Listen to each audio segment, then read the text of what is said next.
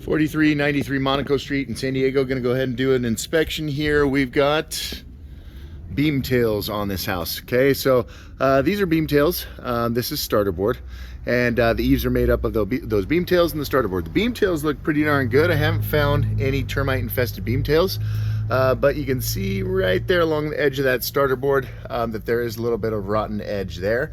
And so I am anticipating quite a bit of the starter board to be replaced, at least that first course around the roof. I am going to suggest that we go ahead and get rid of the rain gutters. Actually, we're gonna be forced to get rid of the rain gutters, and I'll show you that in a second. We got a wood shake roof with skip sheathing, and like we were just discussing a minute ago, there's our skip sheathing. The boards are called skip sheathing, and then space between them, we're seeing the tar paper that's underneath the roofing material. So you can imagine what kind of mess it's going to make in here as all of that comes off and little bits of debris and dust come into the attic, as well as the entire garage. We can also see over here, there's our beam tails. They're not structural. Actually, let's pan over here. They end about 4 feet into the roof. So if we find rotten ones, we can actually just replace the whole thing. They don't go all the way to the ridge of the home and structurally hold up the house. Let's go ahead and get up on the roof.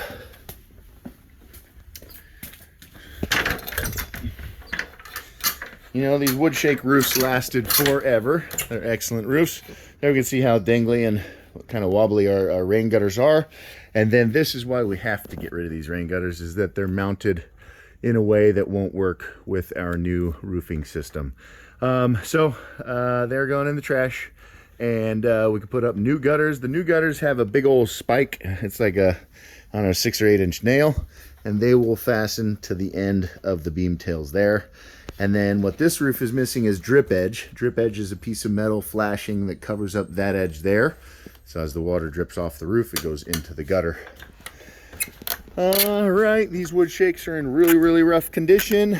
Always amazed at the, what the roof looks like, and the fact that it's still keeping the house waterproof when I see some of these older wood shake roofs. I mean, there's chunks of shakes everywhere. Doesn't look like it should be waterproof, but it's a miracle.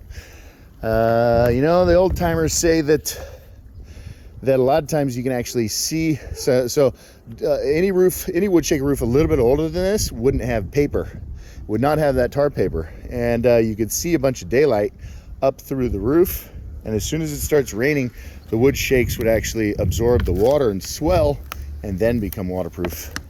So that's my fun fact for the day. All right, here's our tree. Definitely going to encourage you to keep this tree trimmed as much back from the roof as we can going forward with your new beautiful roof, because all this debris is even worse for an asphalt shingle roof than it is for this wood shake roof.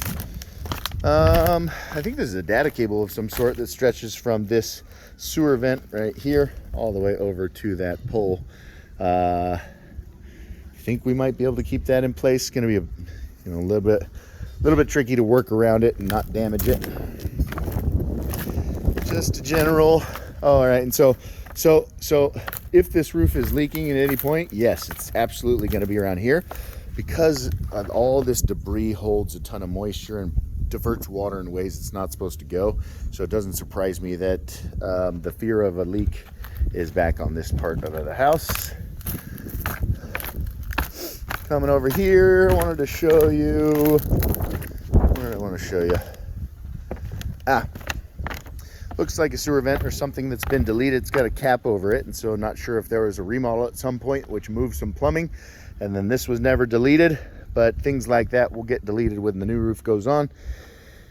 I haven't looked at the electrical panel yet, but this is a good sign. Tells me that it is a newer electrical panel, most likely not original with the home, because the flashing was never done properly. So we'll be sure to do the flashing correctly.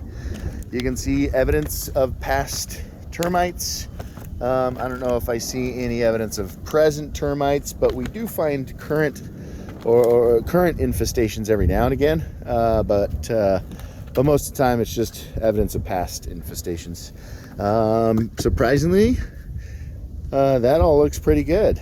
And maybe they've just been eating the actual shakes and not the structural part of the roof, because that'll save us a ton of money. Chimney looks like the pavers were done, you know, fairly recently at some point, and I'm hoping there's the proper flashing underneath there. A lot of times sometimes we have to take off, you know, little bottom parts of the of those pavers to get the proper flashing in there when we re-roof a house like this. But fairly straightforward. Rip off all the shakes, make a big old mess, clean it all up, and then plywood the entire house, and then put on the new roof.